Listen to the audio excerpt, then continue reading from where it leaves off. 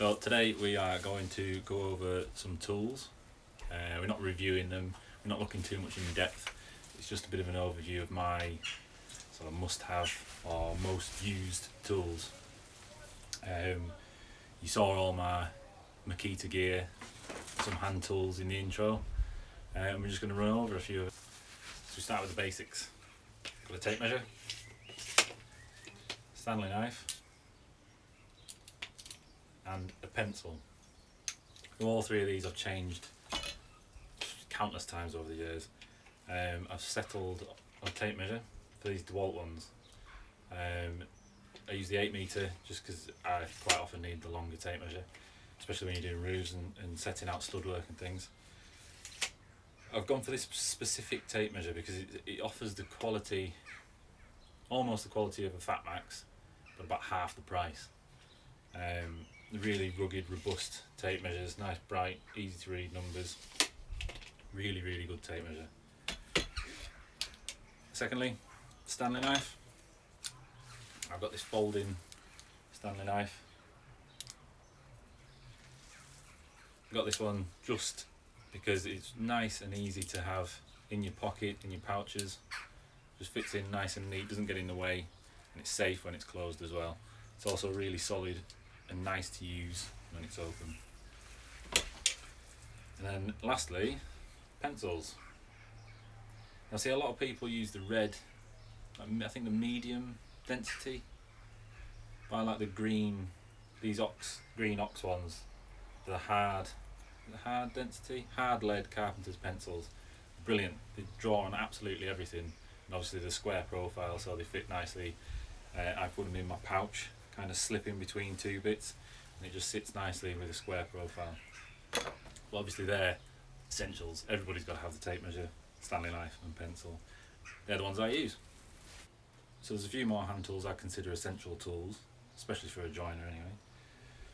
First off, hammer. Now, 2 hammers here, both S-wings.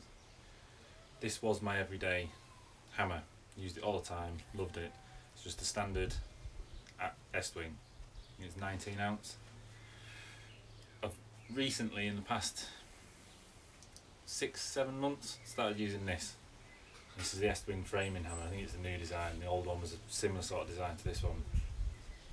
The reason I swapped is because obviously I started doing more site joinery, and you use your hammer a lot in site joinery, especially knocking in big nails, moving roof trusses, stud work. It's just a lot of swinging and hitting hard. I was getting a lot of wrist pain, so I picked this up and it immediately feels more balanced and easier to use. And once I started using this hammer, my wrist pain went. It's more efficient as well when you're driving nails in and whatnot. I just really like this hammer. Nail bar. So I use this DeWalt nail bar, nail puller I think it's called. It's really good. I've used a few different nail bars and this is the one I've settled on. Really good. Really recommend this one. So you've got this little feature here to help you get out nails that have been really drove in, and they're sort of sunk in the wood. You just put this over the top of the nail, give it a tap, and it exposes the head. You can then pull it out. It also has a striking face here, so when you're using this claw, you can, if you're struggling to get it under, you can hit there without damaging the bar. Hit there with your hammer. Really good, nice size as well. And again, that just sits in my pouch, nice and neat. Next thing, speed square, or roofing square, depending who you are, what you do. I don't see enough people using these. Most joiners in the UK use like adjustable squares. They're brilliant and I do use them, but this is in my pouch every day, 100%. It's brilliant, so much easier. What I also use it for, as well as just being a square, everyday squares, I've got a notch here. I don't know if you can see, I've put a little notch in there, just in here. So that's set at 45mm. So I know when I'm coming to do a latch, if I'm marking it out by hand, I can put this on the side of the door, and that's perfectly 45mm.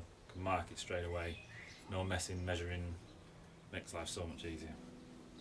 But yeah, one common thing I use it for is with my rip saw. So you put this on your wood, hold it square, whether it's 3x2, 4x2, and you can use this as a guide. So you put this tight to the base of your saw, and it will keep your saw perfectly square. It's amazing. Such a simple little trick. I don't see anyone doing it. Brilliant, life-saving trick is that. So this is another tool that's kept in my pouches most of the time. Usually just second fix. I take it out when it's first fix. But this is the Irwin Record block plane. Number 9.5. Really nice little block plane. It's got an adjustable plate at the front there. Loads of adjustment on the blade. Nice little solid tool. I have got the number 4 smoothing plane and the number 5 jack plane as well. But this one is the one that's in my pocket or my pouches more. And lastly, for my hand tools are my chisels and chisel roll. So first of all, chisel roll. I think chisel roll is really important rather than the box that the chisel come in. I know with some chisels you get a nice wooden box, but it could be really awkward in your toolbox or tool bag. Take up a lot of room and just be awkward to store. So I always have a chisel roll. I've been through 5 or 6 chisel rolls. You get the canvas ones and the suede ones that are sort of generally available in my local area anyway, and online. And they just don't last. The chisels come through the bottom, it rips the stitches, gets really worn out just through use. So my wife knew I wanted one of these, and she was in touch with a leather maker, and she actually had this one custom made for me. So you won't find these anywhere else, so I won't go into too much about it because I don't want to make you jealous. But yeah, this is a real leather chisel roll. Wasn't cheap, but it is amazing. So this, I'll hold it sideways. So you got my chisels there, and also in this pocket here I've got my spade bits, just for when I'm doing doors, letting in ironmongery, locks, latches, that kind of thing. You always need your spade bits and your chisels at the same time, so I thought why not have them together. And seeing as though it's custom made, I had a pocket specially made for them. So the chisels themselves are just the Stanley Fat Max. Not too crazy nice. I would really like some nicer chisels, but doing site work they do get dinged and bashed about a bit. So I've gone for these Stanley Fat Max. Just again, I've been through a few sets of chisels, and these are the best for the money that I've found. They hold an edge really well. Nice strong hard steel.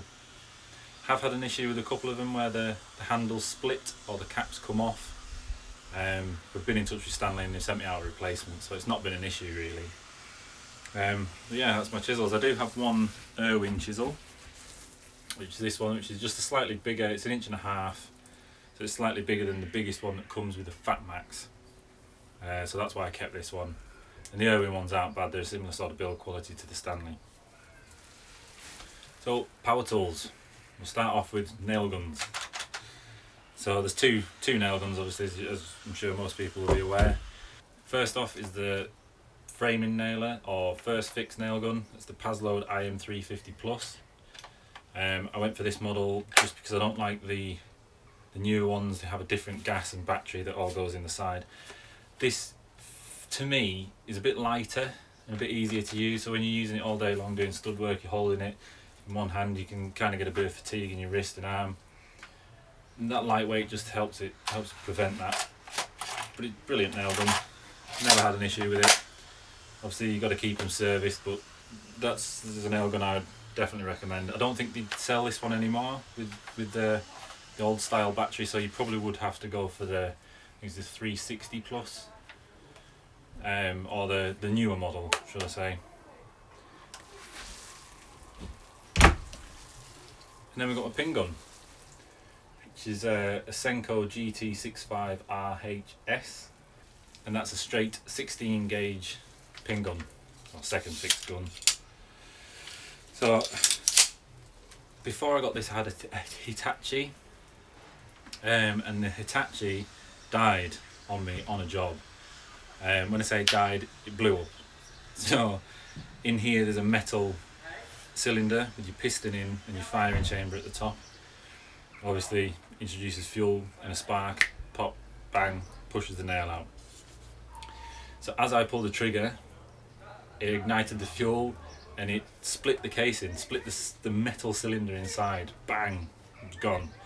So I had to quickly go and get a pin gun that day to finish the job I was off.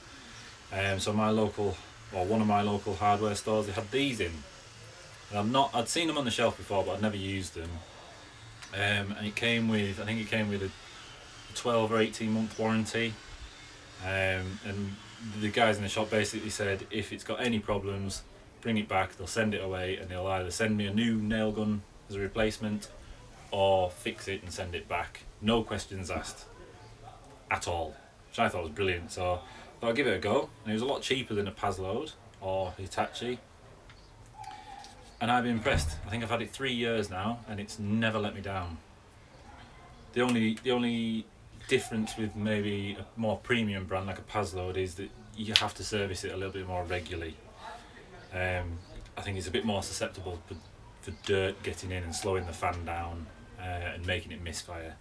But other than that, brilliant little nail gun, really affordable and really good. So that's Senko. So we'll move on to some Makita stuff now. So I'll start off with my drill and impact driver. So they're both 18 volt. I'll just mention batteries now. I have got about eight to 9 batteries, I think, and they go from the 4. That's the 4 amp. I've got 3s, 4s, 5s, and 6s. But yeah, I've just replaced these recently. I had the previous model of each in the brushed, and these are the brushless. The drill's not too dissimilar to the previous one. It's pretty much the same drill. Brilliant drill, nice and strong. Just really good all round drill. But the impact driver, I know I'm a bit behind on the impact drivers because there's a lot of newer models out. But this one is the DTD152. This has come on leaps and bounds since its predecessor, the brushed one.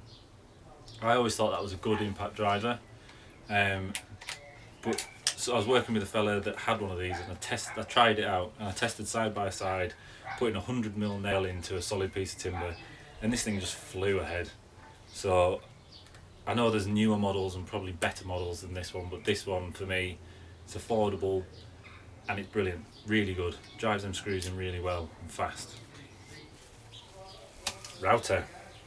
This thing I thought was a bit of a gimmick at first. Turns out it is awesome.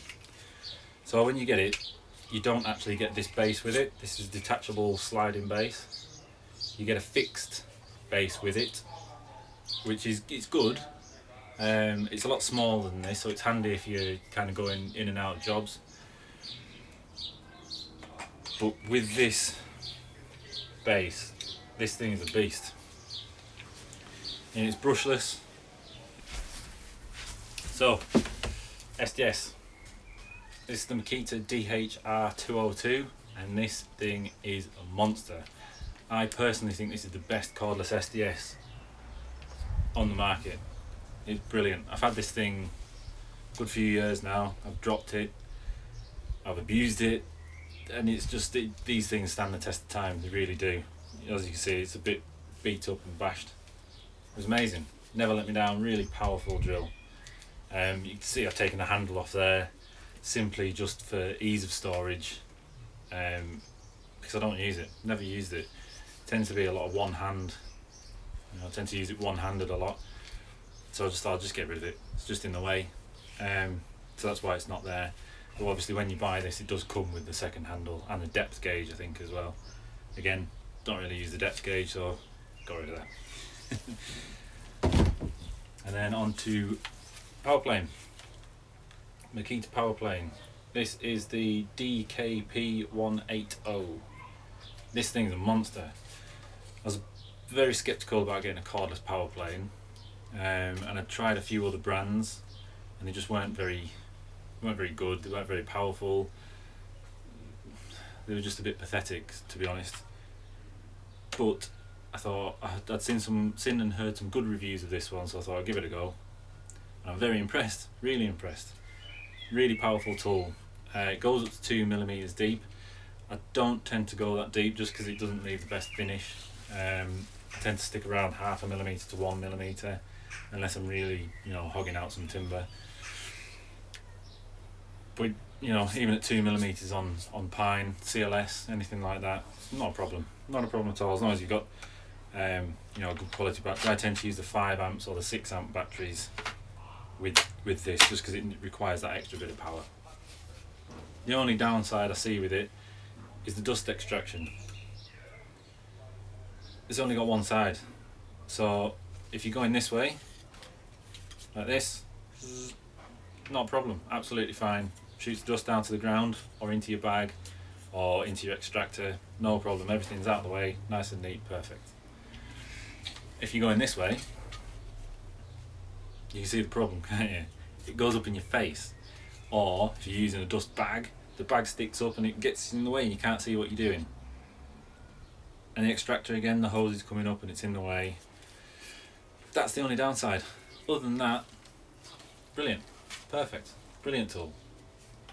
And then lastly is my most used Makita tool, even more than my drills and my impact driver. That's my rip saw or circular saw. And this is the DSS61. It's not the fanciest saw that Makita do, but it's not the worst. So it's probably one of the lower scales of Makita saws, but this thing's brilliant. Again, like the other tools, it is bulletproof. And you can see this, it's got a bit of damage here, but that's just from me abusing it and dropping it and catching it on things. This saw is amazing. It really is, and paired with the fraud blades, it just cuts, it's brilliant. Square cuts, clean cuts every time. And like I say, it's bulletproof. I've dropped it off ladders, off roofs, on scaffold, everything. And it still works absolutely fine. I would, as I mentioned, the fraud blade there, it's worth pairing these saws with a good quality blade, just because it prolongs the lifespan of the saw, because the saw's not having to work as hard. With a cheaper blade, doesn't cut quite as easily, so the saw has to work harder, which obviously makes the lifespan of the saw less. But yeah, brilliant tool. So everything that I've talked about here will be linked in the description below. So if you see anything you like, or there's something that you maybe thought, oh, I like that, I'm going to check it out, click the link, it'll take you to Amazon. You can purchase it from there or do whatever, but there's a link there for you. Alright, thanks guys, I'll see you again.